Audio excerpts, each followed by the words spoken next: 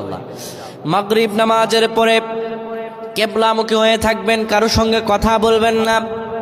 কারো সঙ্গে কথা না বলে কিবলামুখী হয়ে আপনি পড়বেন আল্লাহুম্মা আজিরনা মিনান নার, আল্লাহুম্মা আজিরনা মিনান নার, আল্লাহুম্মা আজিরনা মিনান নার। যদি এটি আপনি মাগরিব নামাজের পরে কারো সঙ্গে কথা না বলে পড়ে 7 বার পরে দুটি হাত তুলে আল্লাহর কাছে দোয়া করেন, আল্লাহ জাহান্নামের আগুন থেকেও বাঁচাবেন এবং আল্লাহ আপনার সব দোয়াগুলো কবুল আর মঞ্জুর করে নেবেন। আল্লাহুম্মা আমিন।